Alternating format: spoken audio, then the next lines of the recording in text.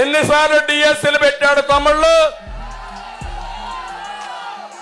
మళ్ళా ఊరూరు తిరిగి మా తమ్ముడు చెబుతున్నాడు గుండు సున్నా. ఎవరికైనా ఒక్కరికి ఉద్యోగాలు వచ్చాయా? 5 ఏళ్లు పరిపాలించిన వ్యక్తి నేను ఇది చేశానని చెప్పాలా లేదా? చేశాడు. ఏం చేశాడంటే వాలంటీర్ వ్యవస్థ పెట్టి 5,000 జీతం. నేను చెప్తున్నా, వాలంటీర్స్ అందరినీ కోరుతున్నా, మీరు ఎంఏ పాస్ అయ్యారు, బీటెక్ పాస్ అయ్యారు, జగన్మోహన్ రెడ్డి ట్రాప్ లో పడద్దండి. మీరు నిర్మోహమాటంగా ఉండండి. మీ అందరికి హామీ ఇస్తున్నా, మీ వ్యవస్థను నేను తీసేయనని మరొకసారి అందరికి హామీ ఇస్తున్నా. కొంతమంది అధికారులు ఒత్తిడి తీసుకొస్తున్నారు, నువ్వు ఉద్యోగం రాజీనామా చేయి, పార్టీలో వైఎస్ఆర్ కాంగ్రెస్ పార్టీలో పనిచేయి, మళ్ళా మేము వస్తానే ఇస్తామని. వీళ్ళు వచ్చేది లేదు, సచ్చేది లేదు, ఇచ్చేది లేదు. అందుకే నేను వాలంటీర్లు కోరుతున్నా, మీరు తటస్థంగా ఉండండి, ప్రజలకు అందుబాటులో ఉండండి.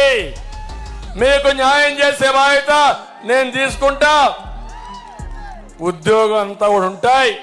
అదే సమయంలో బాగా చదువుకున్న వాళ్ళు 5,000 కాకుండా 50,000 1,00,000 సంపాదించే మార్గం మీ గ్రామంలో ఉండి సంపాదించుకునే మార్గం నేను చూపిస్తానని వాళ్ళందరికీ హామీ ఇస్తున్నా. తమిళ్లో ఇదే కాదు, మళ్ళీ యువతకు హామీ ఇస్తున్నా, మెగా డిఎస్సి పెడతా. మొదటి సంతకం మా పిల్లల మీదనే పెడతా. ఒక నెలలోనే డిఎస్సి టైం టేబుల్ ఇచ్చేసి 3 నెలల్లో కాకపోతే ఎంత టైం అవసరమో అంత టైంలో అందరికీ ఉద్యోగాలు ఇచ్చే బాధ్యత నేను చేస్తాను. డిఎస్సి పెడతామని మీకు హామీ ఇస్తున్నా. ఎప్పుడు కూడా మీరు ఒక్కసారి ఇవన్నీ చూస్తే, ఈరోజు వైఎస్ఆర్ కాంగ్రెస్ పార్టీని ఒక్కసారి చూడండి. ఏ పని చేసినా ఒక స్కీమ్ అంటే అందులో పెద్ద స్కామ్ ఉంటుంది. అవునా కాదా? మీరు చూడండి, మద్యం అన్నాడు, మద్యపాన నిషేధం అన్నాడు. ఏం తమిళ్లో మద్యపాన నిషేధం చేశాడా?